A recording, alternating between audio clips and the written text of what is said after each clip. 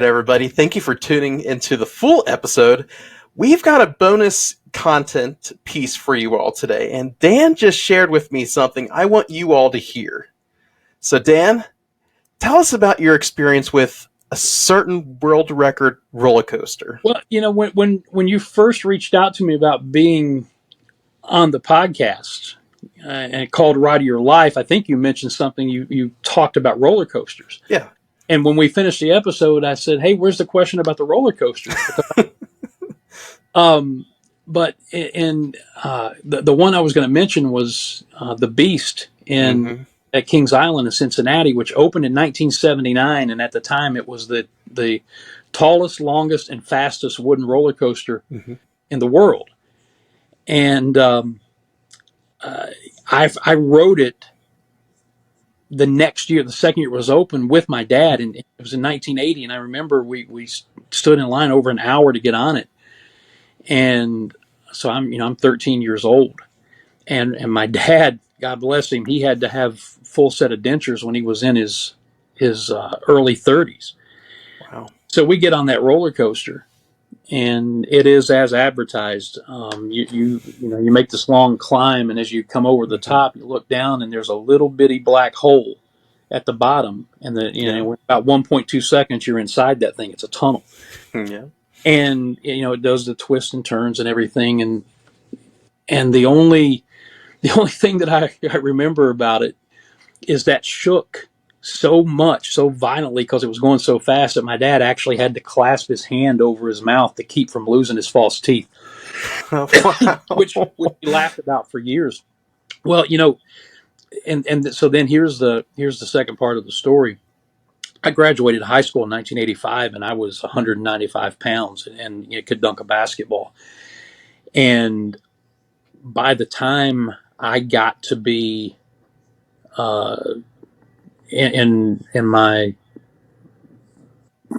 early 50s, late 40s, I was over 460 pounds. And so I couldn't do anything like that. But on February 4th of 2020, right before the whole world shut down because of COVID, I had gastric bypass surgery. And I lost 180 pounds.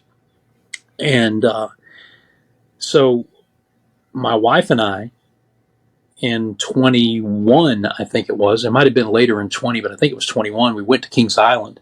It had to be 21 because I'd lost all the weight. And I said, I'm going to see if I can get on the Beast. And I did.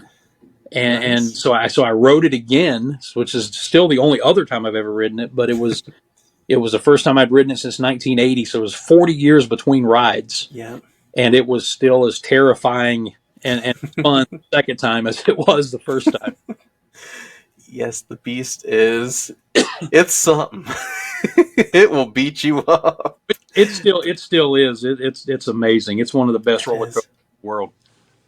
Yeah, and the future's looking pretty good for it. I think, based off some rumors, it might be getting a little bit bigger and beating its own record. So we'll see what time has to tell about that. So you're going to make me have to consider riding it again.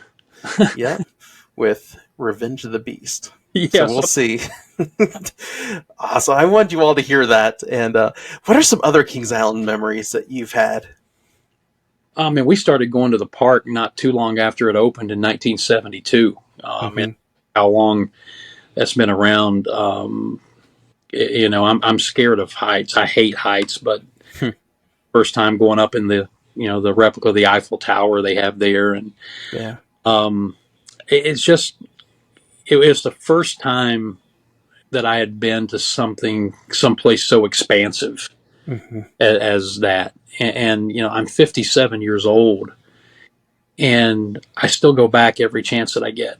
Don't ride nearly as much. We may take grandkids with us, or take even our adult children sometimes, who still act like they're younger kids. But just really the whole city of Cincinnati is someplace that I've grown.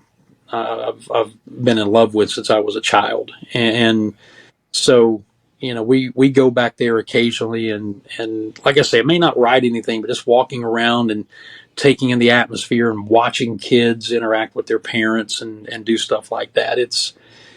And I'm telling you, man, it's huge. It's huge, and they've added so many different rides and coasters and updated and everything there. It's worth the trip. It really is.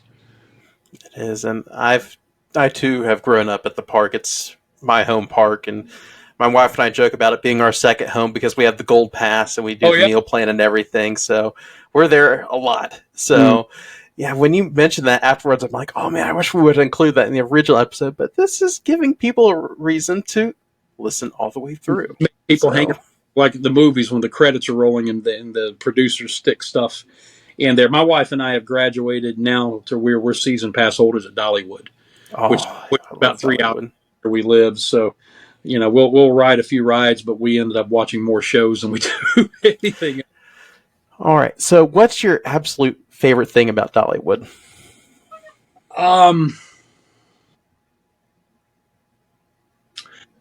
Quite honestly, I think the fact that because I've been able to had the surgery and lose the weight, that I can ride some of the rides. The Thunder roller coaster there is another old wooden coaster that absolutely shakes you to death, but it's fantastic.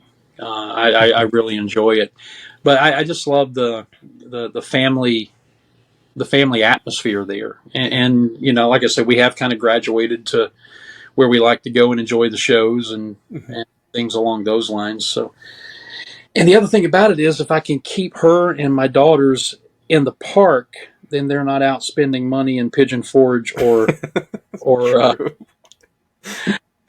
you know, somewhere else, Sevierville or Gatlinburg. So we try to stay in the park. That's expensive enough. Yes, it is, but it is so worth it at Dollywood, and the food is amazing there.